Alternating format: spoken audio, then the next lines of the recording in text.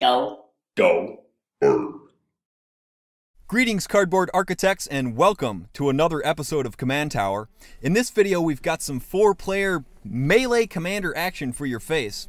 And we've got a particularly interesting situation on our hands in this game, because Rhyno playing on the green mat is rocking a Sidisi deck, which, as you might have guessed, does a lot of stuff in the graveyard and depends pretty heavily on that zone. Now that said, Ryan has told me personally that this deck can operate without use of that zone heavily. It's not dependent entirely on that zone, but the fact that Aron on the red mat is playing Anafenza as his commander means that Rhyno's going to have a whole lot of trouble, regardless of how well his deck can operate without full use of the graveyard zone. Let's be honest, he's playing Sidisi, he wants creatures in his graveyard, and he wants to be making some zombie tokens off of his commander. So Anafenza is a major problem for Ryan in this game if he doesn't have a way to deal with it. So he's either going to have to A, maybe remove Anafenza, who comes down shockingly quick at the low cost of 3 mana, or he's going to have to prove it to us that his deck can operate without relying too heavily on that graveyard zone. The other players in this game are Steve, otherwise known as Tuna Supreme, or just Tuna for short. Steve is rocking actually one of the pre-constructed decks. He's playing the mono blue Teferi deck. So these decks are a great way for beginner players to get started with Commander, and in fact will maybe entice them to do so even more by watching this video, because you'll get to see firsthand how dang powerful these decks are. These are the most powerful Commander pre-constructed decks printed to date, and you'll see that Steve holds his own against 2 seasoned and 3 fully customized decks. Testament to how good a job Wizards has done in building these decks and giving you some really valuable bang for your buck cards when you pick up these decks. And the final player we have is newborn Kyle. Hey Kyle. Kyle is a very new Magic player, and we let him slip in and play a game with the big boys here, and you'll see that he really holds his own and does a great job for having such little experience. Kyle is playing a deck called Goblin Bachelor Party, whose commander-in-chief is Wort, and she's throwing a kegger that you're invited to along with all the goblins. Just be careful not to throw up on the hobbits or the wizards or whoever else is at this party. You know, don't go too crazy on the apple juice. But yeah, those are the decks, and that's what we got going on. Yeah, I haven't been keeping up boom, boom, boom with the play-by-play. Some of you players who like the play-by-play stuff might be getting on my case at this point, but you know, that's how it is. I just like to give you a nice little intro of what's going on. So let's get caught up on that play-by-play stuff. Yeah, so life totals are pretty well even here. We're just getting kicked off. You'll notice that that Aron started with a turn 1 Soul Ring, everybody's least favorite thing in the universe. I think he led into another small artifact there with Swiftfoot Boots. He's getting his mana rolling with a Birds of Paradise, and already that problem that I talked about, Anafenza's on the battlefield, and Ryan's gonna have issues mucking around with his graveyard if he wants to do too much of that stuff. But we'll see. Let's not count Ryan out before the game's even started. So Ryan adds some mana ramp of his own to the battlefield with Sultai Banner. He's going to be ramping up, trying to keep pace with Aron here. But Aron is just head and shoulders above everybody else right now. So let's see if he can do anything to press that advantage. It's not such a big thing in these multiplayer, you know, 4-way Magic games. Getting out a little ahead on mana doesn't mean that you just win the game like it might in other competitive heads-up formats like Standard or Legacy. Now Steve's also getting rolling. And wow, Steve, powered out by a Worn Power Stone, already has his Teferi commander out. So wow, he's showing us some of the synergy that this deck has already. He's got this Kraken out who has the Lieutenant ability and is getting a nice buff from Teferi. So he's ready to smash some face on one of these fools who isn't wise enough to spit out a blocker for this guy. There's going to be a big Kraken coming in and crashing waves against the boat of whichever unprepared opponent he might face. So yeah, what else do we have going on here? On to Aron's turn. Anafenza and her Birds of Paradise friend, who she's friendlily pumped up. I just made up a word, friendlily pumped up. And he's smashing the face of Kyle. Helpless, not helpless, but, you know, newborn Kyle. He's going to just go right after Kyle right off the bat because he's a heartless bully. I don't really know how else to put it. So it looks like Kyle can at least fend off the Anafenza with his nice protection from white goblin, who he now equips with Trusty Machete.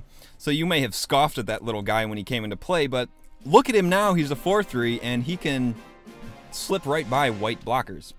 On the downside, Kyle is stuck on 2 lands, so that is the last thing you like to see in a game of Commander. You want to see people hitting their land drops, even playing ramp spells so that they can get to the meat of their deck and cast their big, awesome battlecruiser spells. And Ryan has also missed a land drop, but fortunately he has a Sultai Banner in play and a nice cheap commander that can come out on turn 4. So Sidisi has entered the battlefield, and unfortunately earned no zombies for Ryan.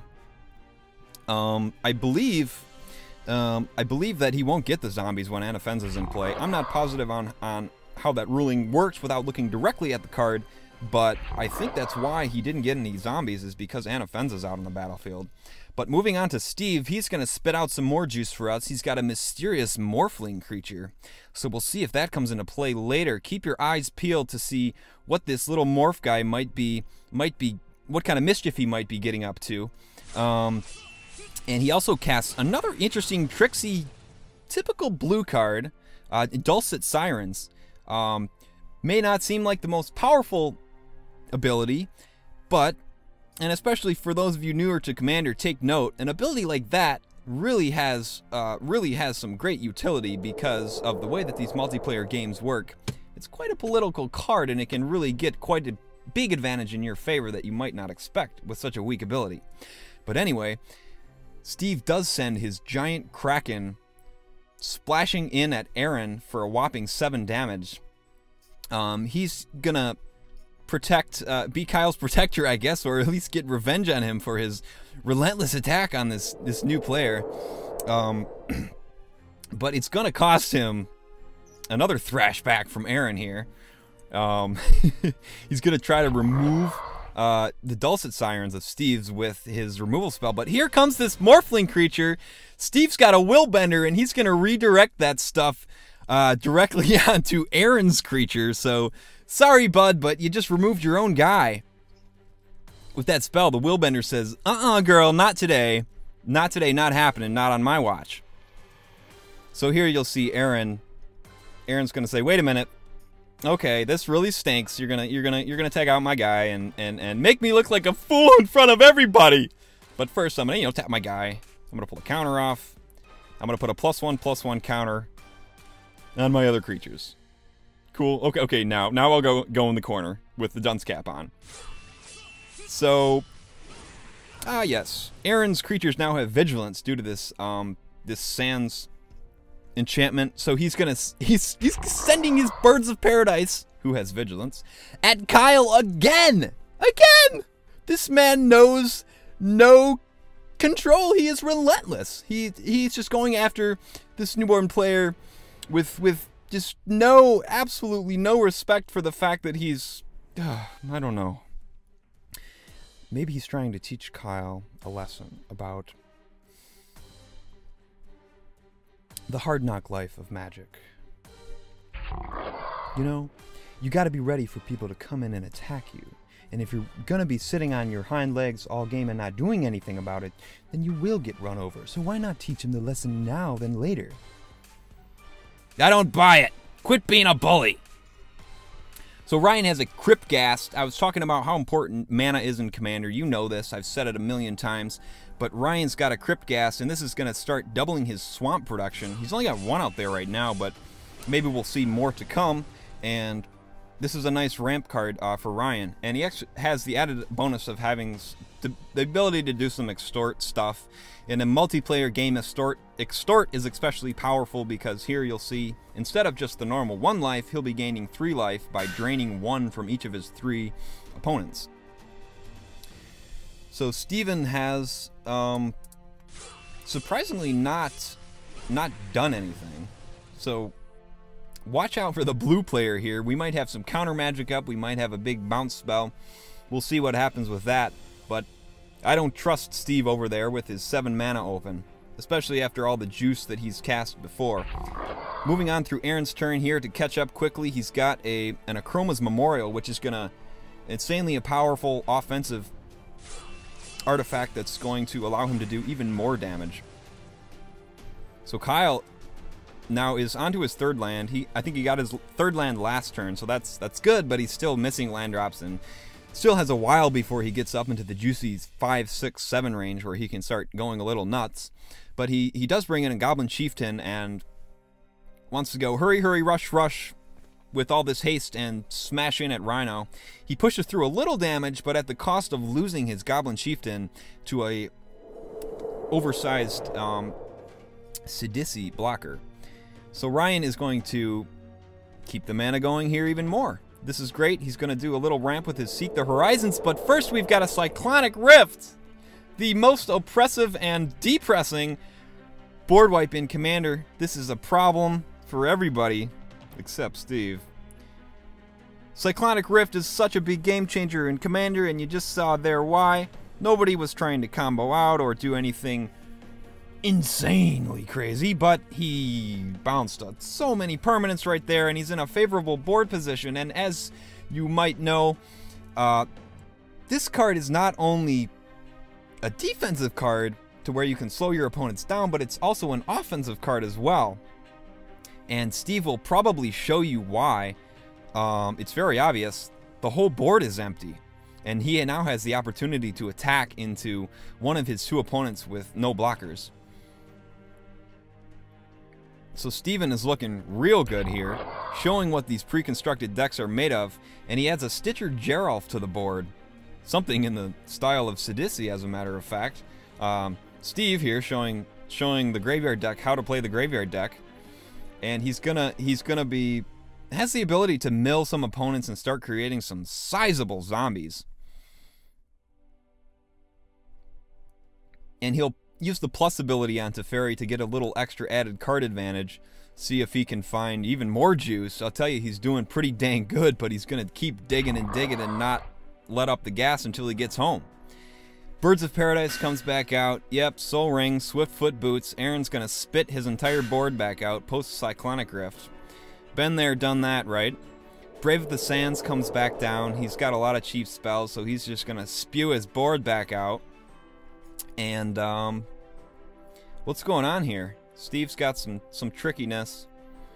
Oh, he's gonna force the Machias to attack somebody, probably Rhyno or Kyle here. But Aron smartly realizes that he can simply tap Machias in response to use its ability before it is forced to attack one of the opponents. And Steve says, fine. Well, guess what? I'm just gonna blow up one of your lands with my Tectonic Edge. And let's see if Kyle can rip his 4th land here. A swamp would be super nice, he says. But nope, we're still stuck on 3, and we're gonna copy Aron and just start spewing our board back out again. Time to catch back up to that Cyclonic Rift.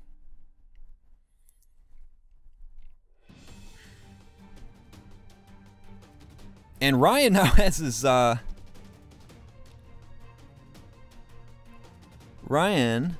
now has his first blue source. I was like, how did he cast his Sidisi before? But he had a Sultai Banner that got bounced. So Ryan actually plays his very first blue land of the game, and brings out his commander again. She was in his hand, so he doesn't have to pay the added commander bonus because she never went to his graveyard. Sidisi will come down, mill Ryan 3 cards, and he's going to earn a zombie off of that. So not bad, not the worst thing that can happen after a big fat Cyclonic Rift and only 5 lands out. And that worked out pretty darn well, because these players who are spewing back out their boards, which have consisted of cheap creatures, just accelerated Steve's suspended giant massive heck of a Kraken and brought it into play super duper fast, just removing those suspend counters when all these spells were cast. So Steve now has a giant unblockable Kraken that he can unleash on whoever decides to target him with anything. I guess that's another nice thing of having a massive evasive creature on your side is that because I see this guy here. If you're gonna mess with me, you're gonna have some repercussions for that. So you can definitely play some politics, as always in Commander. And Steve's gonna activate the Stitcher Geralf. He's gonna mill each of his opponents, I think it's 3 cards. He can look for creatures and stitch them together into a big zombie token. So he's got his zombie token. And while Steve is just looking really good right now, he's got a big offensive board presence and the ability to deal a ton of damage here. And especially next turn when his big zombie token and his giant previously suspended Kraken are free to attack. Steve's going to add a Tormod's Crypt to the board, some graveyard regulation. As if Ryan didn't have it bad enough from Anafenza and her shenanigans, Steve's playing a Tormod's Crypt and takes these backsies. Okay, we're still going to do it. Yeah, Ryan, get your graveyard out of my face, he says. Steve was pretty froggy to use that right away. A little surprised he didn't wait until one of the stacks got a little larger, or somebody had some graveyard stuff like a flashback spell in their graveyard. But he wants to use it now, so we'll let him do his thing. Also, interestingly, Steve is playing very conservatively here, staying home with some of his creatures. He wants to use them as blockers rather than smash face. This is not my style, but to each their own.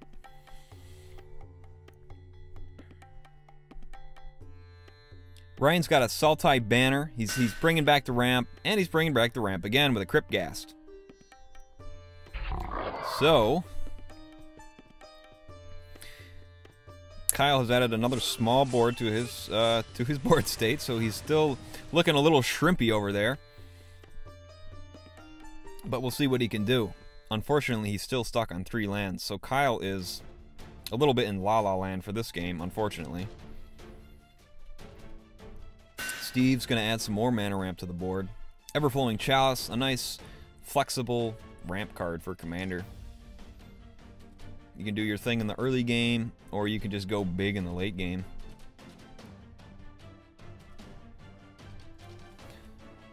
So let's see if Steve unleashes his army, especially this giant unblockable Kraken. Somebody's going to be feeling the pain of that thing.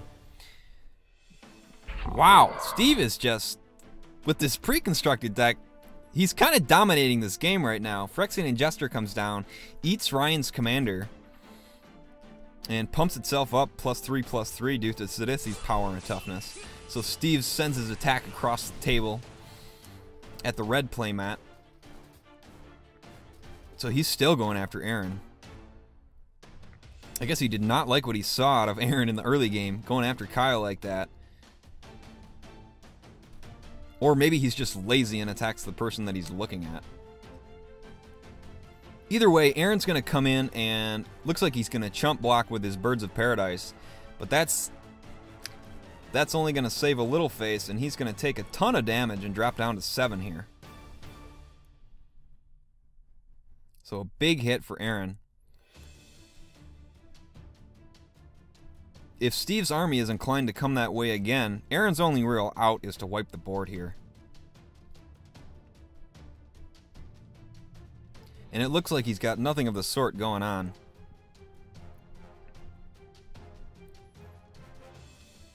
Kyle is equally empty-handed. It looks like all he's got is a simple equip. He's trying to figure out what all Steve's cards are doing over there. Oh, and he's going to use a Pyroblast to take care of one of Steve's big creatures. Oh, he takes down the 9/9 unblockable. That is a wonderful choice for that card. And wow, there goes that big offensive threat for a single red mana. But Steve's going to get him back with a turn to frog. Say, send your goony kite flying goblin my way. I'm going to bring him right back down to the earth and turn him into a frog. And it looks like the little frog is going to get blocked and die a painful death. Little Frog versus Giant Ingester. Ingester 1, Frog 0. Ryan brings out big fat fatty Shieldred. So Steve is going to have to sacrifice a creature on his upkeep, along with every other of Ryan's opponents. And any of this juicy stuff that Ryan has happened to sneak into the graveyard, between an Anafenza and a Tormod's Crypt, he's going to have the ability to reanimate back with Shieldred on his upkeep. That is, unless certain blue mage doesn't bounce it back to his hand with Into the Royal. So, wow, a simple bounce spell like that really just cost Ryan his whole turn as he tapped out 7 mana for that big Shieldred. It's just going to get bounced right back to his hand, and Steve's going to draw a card with that Into the Royal, paying the kicker cost. And here's more big, powerful blue stuff from this pre-constructed deck. He's got a Frost Titan coming out, and he's going to lock down Ryan's Crypt Ghast for 1 turn after this. So Steve, playing a blue deck, you might not expect it, but he is mounting the aggressive board state here. He's the aggressor.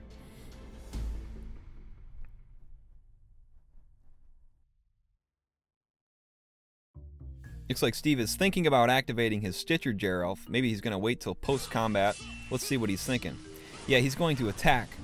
He's going to attack Aron. Looks like he's going for Aron's throat here. He's going to try to turn this into a 3-player game and eliminate Aron. And he succeeds. He's going to deal Aron lethal damage. So good game, Aron. Nice hanging out with you. I gave you some shit this game, but it was nice to see your Anafenza deck in action. Seems to have a nice low mana curve and some powerful, cool interactions going on there. But unfortunately, Steve takes Aron out here. Hey, and Kyle's finally hit his 4th land drop. So he's going to cast a Goblin Matron. I thought that baby goblin was smoking a cigarette at first. It's got a pacifier in his mouth. So he's going to search up Skirk Shaman. Just another goblin. So that's what Kyle's got going on.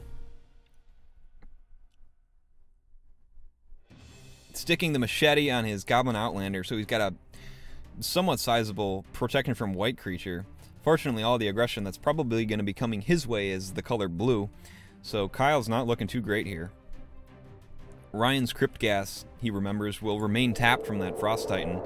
And Ryan's going to cast a big Villainous Wealth to see if he can come up with anything to hold off Steve and his army of big giant Krakens and stuff. So he's going to hit a Steel Hellkite and a Dreamstone Hedron off of the Villainous Wealth. So as you know, he will those cards will not come into the battlefield. He will cast them. So as he casts the Steel Hellkite, Steve is going to counter it with Exclude. He says he doesn't want you to have a big flyer that's going to be taking down his non-land permanents, especially when he's trying to close out here with his big aggressive board state.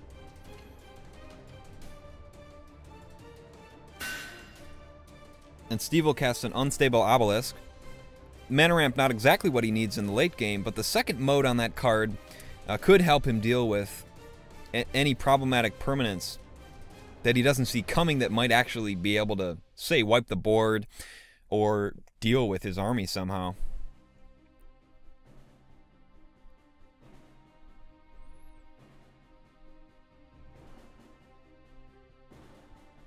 So we'll see which way Steve decides to send his aggressive army. He's going to tap some mana. Let's see what he does with it here. Oh, he's going to cast Call to Mind and return, yeah, Cyclonic Rift to your hand. So Steve is I don't want to say Steve looks like he's in good shape right now. He looks unstoppable. Steve looks completely invincible right now. He has a massive board presence. He's been drawing cards with Teferi, so he's been keeping ahead on card advantage. He's locking stuff down with his Frost Titan. His army is not just a bunch of creatures. They're all huge creatures. He has like 4 6/6 pluses. And he has a Cyclonic Rift in his hands. I don't know about you folks, but I think this is good night. He takes out Kyle, and this is Ryan's last breath of air here. He's going to bring back out his Shieldred Whispering one. Probably just cringing in his seat, knowing that Steve has that Cyclonic Rift to just bounce it right back to his hand. But Ryan's going to be a sport and play along. Steven's going to sacrifice his Stitcher Geralf at the start of his turn to Shieldred. Not super relevant which creature he picks here. Looks like he wants to keep the zombie token around just due to its size. Oh, and there it is. He's going to use that Unstable Obelisk that we talked about to deal with Shieldred. So that's a nice mana ramp card that you can use that has some great utility in the later game. The ability to, even though it's that much mana, the ability to deal with any particular permanent is just a really nice utility to have in the later game.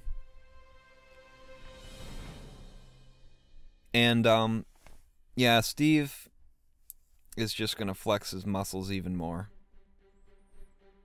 Kill him already, Steve!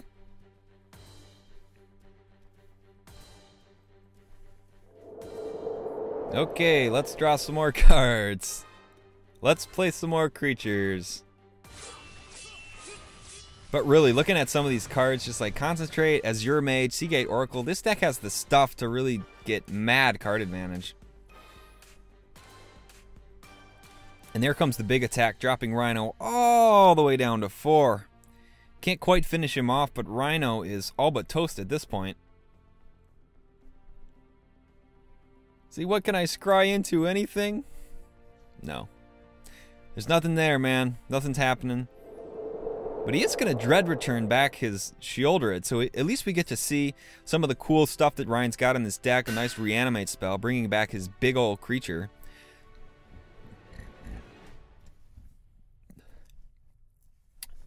And cue the Song of the Dead here, because Ryan is facing down his final attack, and there it is. Steve's going to deal lethal damage to Ryan. So congrats to Steve on winning this game, especially with a pre-constructed deck. He really showed us how it was done there, and showed off the prowess that these pre-constructed decks have. You saw that they have a lot of powerful creatures. Teferi himself is a very powerful card. The ability to untap those permanents, ramp up, and get some card advantage with that +1 ability are super nice. So thanks for sticking around and watching this game of Commander. If you want more awesome content beyond these videos, we can't produce these videos for you weekly. They've got to come out with a little bit of time to record and produce them. But it's all worth it because they turn out awesome, and you guys give me great feedback, and I love to hear everything that you're doing. So if you want more of this crap, subscribe to this channel.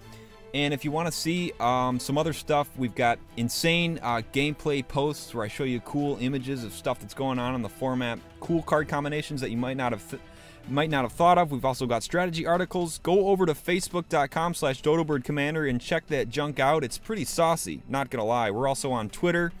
And thank you so much for watching. I hope you stick around. We've got more awesome content coming up for you. Thanks for watching.